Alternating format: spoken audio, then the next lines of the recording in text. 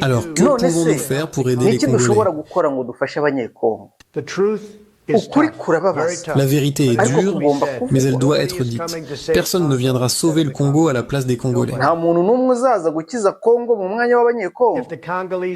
Si les Congolais, notamment ceux de Kinshasa, ne bougent pas, ne s'expriment pas, ne dénoncent pas ce qui les opprime, la communauté internationale restera spectatrice.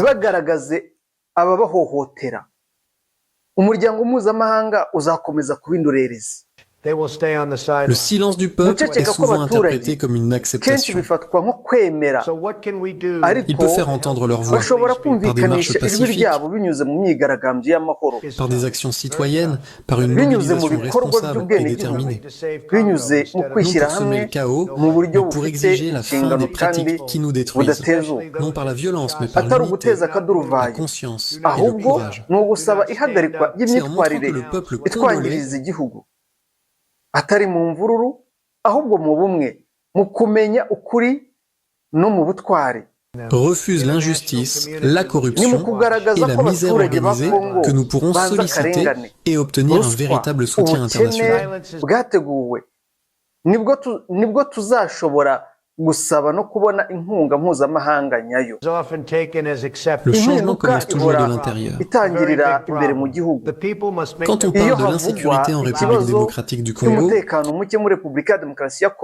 on pointe presque toujours l'est du pays, les zones contrôlées par le M23. Oui, ce qui s'est passé est grave, dramatique, inacceptable. Mais dire la vérité, c'est reconnaître que les problèmes du Congo ne se limitent pas à l'est. Partout ailleurs, y compris dans les provinces gouvernées par le pouvoir central, le peuple souffre aussi. Ils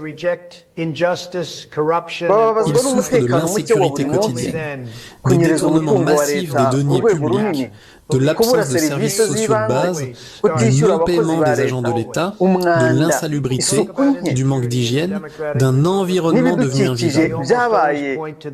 Tout cela tue silencieusement. Ce sont des morts évitables, causées par la mauvaise gouvernance.